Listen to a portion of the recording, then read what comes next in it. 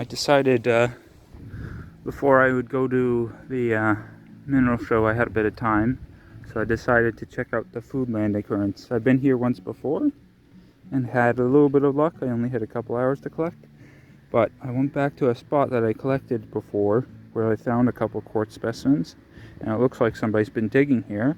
But in the tailings piles, I noticed this little vug of smoky quartz, and if you look closely, you see those brown botryoidal spheres. That's like a hematite, botryoidal hematite on the smoky quartz, which is a really cool combination. It's a nice specimen. I just found it kind of tossed to the side, so I'm pretty happy that that's already made this little excursion worth it.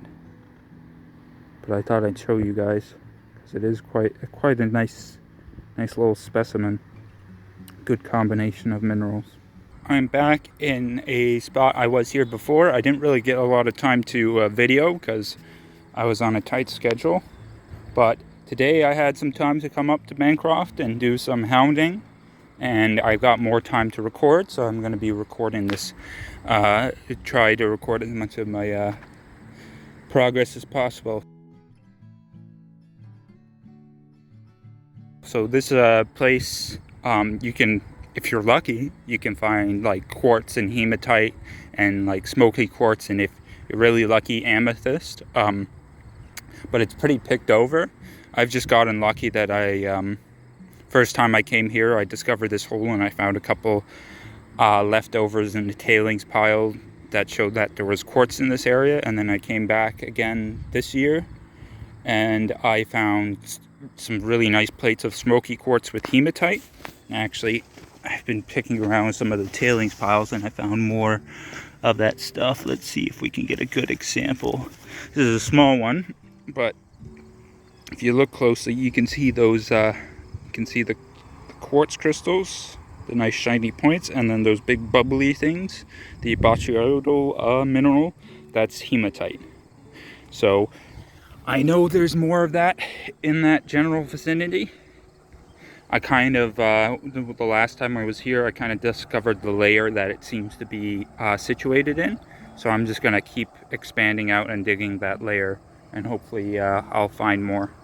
I've been looking through like the tailings piles that I've been that I left behind when I came here the last time, and it's always important. There's always going to be stuff that's left behind. You can see this really nice little, it's a small specimen, but it's a nice plate of smoky quartz with really nice botryoidal hematite spheres. You can see all the other little bits and chunks that I found. So yeah, you gotta just be very diligent. I even used my sieve last time, and there's still stuff that I miss, right? So that just shows you when you're digging in soil and stuff and looking for minerals, you're always going to miss some. What I'm doing is I'm basically digging out this soil and material that's in this low area here, because that seems to be around the layer that the quartz seams are. They're in like a kind of a crumbly calcite seam itself. And so what I do is I dig out the material and then I try and sift it through and try and collect as much of the material as possible. So once I get this guy sifted out, I'll try and show you guys what I found.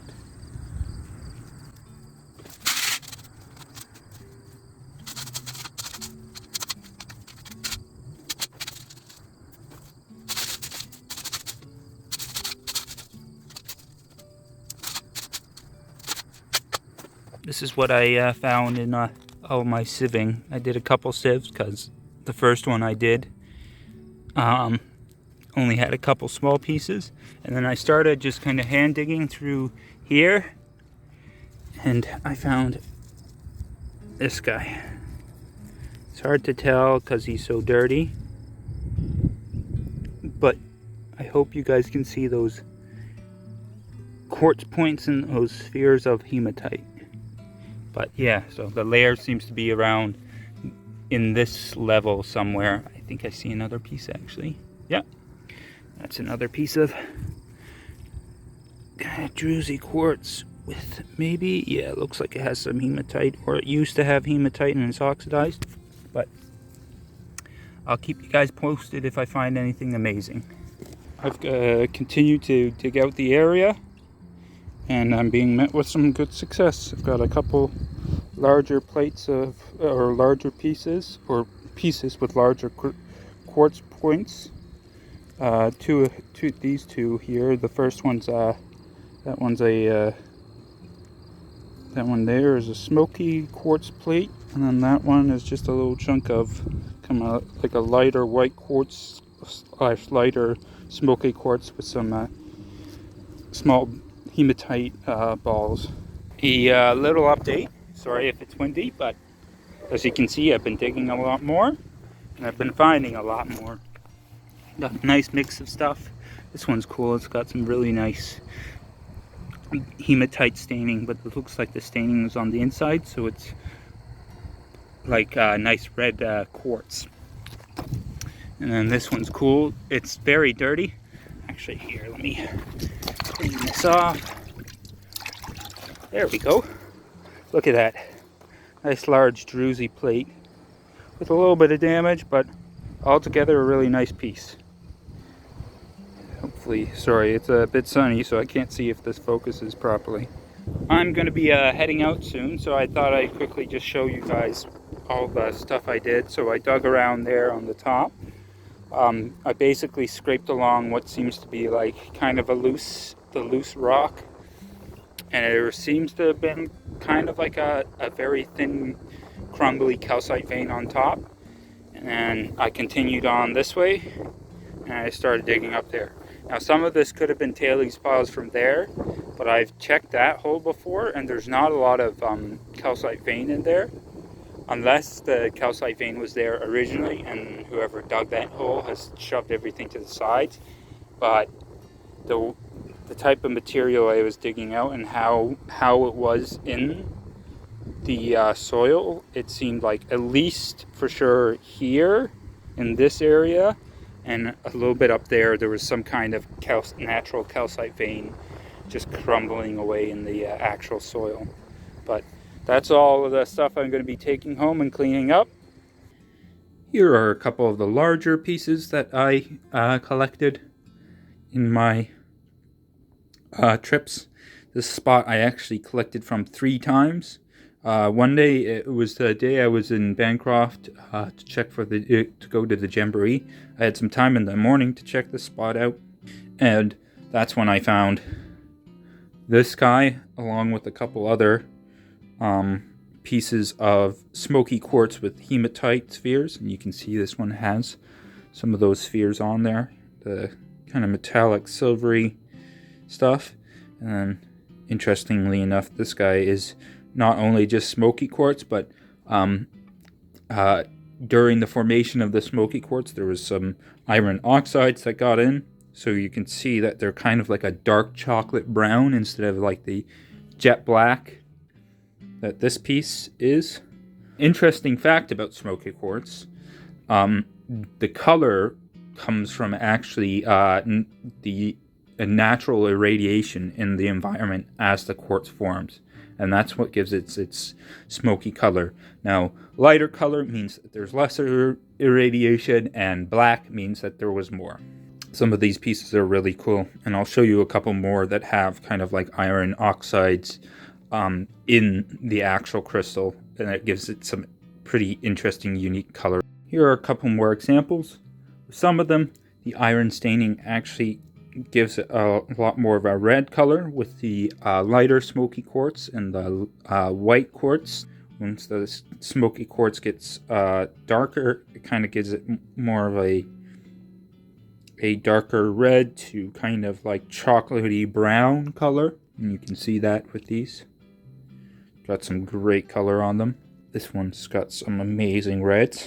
This one is interesting because this one actually has the hematite spheres, and you can see the gray metallic spheres, but then the lighter smoky quartz actually has the staining in the crystal. So the smoky quartz itself is stained with the iron staining, whereas the hematite spheres are not. and that's because of the cleaning process I put these through. There's a lot of like just iron, like rust dust and like crumbly rust bits on these guys, so it's very hard to clean them. So what I did is actually I have this vibratory cleaner.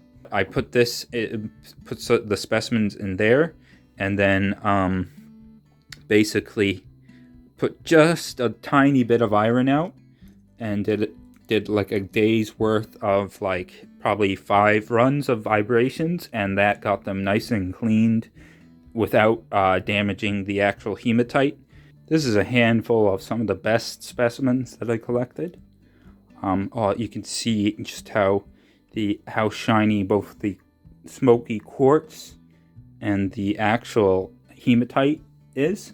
Let's start with this guy. This guy's interesting because he's got a whole bunch of really tiny hematite specimens on what I would describe as kind of like a dark raspberry, dark raspberry red color. And you can actually see on the back here there's some larger spheres, and then there's the smaller spheres, and just like the druzy quartz combined with the shiny hematite just makes it very shiny. And this piece is much lighter smoky quartz, so there is some staining, just some light staining in the actual quartz crystals, but then it's got these amazing like structures of, you can see kind of like growth off of it, with the hematite spheres just being really, really cool. All of these are just like that, like just great crystals with great spheres. Some of the spheres, the cleaning method, it seems like some of the spheres are still solid, but they're still more oxidized, and so you get these kind of bronzy hematite spheres, and that's just because they've turned more into like the rust variation of iron oxide. And then some of these the hematite spheres aren't oxidized, and so you get these nice large metallic spheres on the smoky quartz. Some great examples of smoky quartz and hematite. This is just amazing, like just the combination of the two specimens. I had a lot of fun. This was probably this, and I would say the barrel pit and the garnet mine I went to were some of my most fun trips this year. I've got a couple more specimens I want to show, some kind of more oddballs, but there were some nice clear crystals on there, and you can see some iron oxides have gotten into the actual crystal. And like there seems to be actually a couple little spheres of hematite actually trapped inside the crystals, which is kind of cool. Quartz that formed really weirdly. You can kind of see like it's actually a bunch of layers of quartz. You can see some of it's kind of druzy quartz actually. And it's almost like a light lilac purple, so almost amethysty. And I know this location can have amethyst. I found one piece with just a bit of purple in the center. It was like a glob of crystals, quartz crystals that had gone together. And just where it met in the center, like there was a bit of actual purple, but I can't find it. But I talked with like an expert on this, and she looked at it in a microscope, and she thought it had to do with, as it formed, there were other crystals in the area, like mica and calcite, which is, here's an example, like the calcite, that kind of grew with it at the same time, and it kind of forced it in stages to grow in a very strange manner. So you get this very geometric shape, but that's due to it taking the impression of the other minerals it was growing with. And like she mentioned that in some of these crevices she actually saw slivers of mica still, which is why that kind of gave her a hint to that. It seems to be that it took kind of on the impression of the other minerals it was growing with. And so you get this weird kind of squished quartz crystal with like extra layers of like druzy quartz growing on top of it. The year before, I went to the same spot and I found a similar specimen of a very squished kind of quartz point that had been, you can see how it's been squished along here, and it had the same thing where there were like these weird layers and stuff. And so that's actually what happened with this. Basically, it just, there were other minerals there. There were calcite, probably calcite crystals, which have dissolved after a while or during the process, and mica and stuff like that, and it just caused the quartz to grow in a very weird fashion, basically. Last but not least, I thought I'd show you the calcite specimen. I think the first time, the year before, I found a couple calcite specimens like this. And you can see kind of they're very globular and melted, but these are calcite calcite crystals. So that's what the kind of calcite you would expect to find at this spot. And actually, I'll link the video below to my video last year where I went to the exact same spot. We have reached the end of this video. If you like this video, please hit the like button. That really helps me out. And please consider subscribing if you haven't. Hit that subscribe button, because that also helps me out a lot, and I appreciate that, because then I see that people appreciate my videos, and I know to make more of that style of video. So also, just leave in the comments below what your favorite one was, what your favorite specimen was, and I will see you guys in the next video.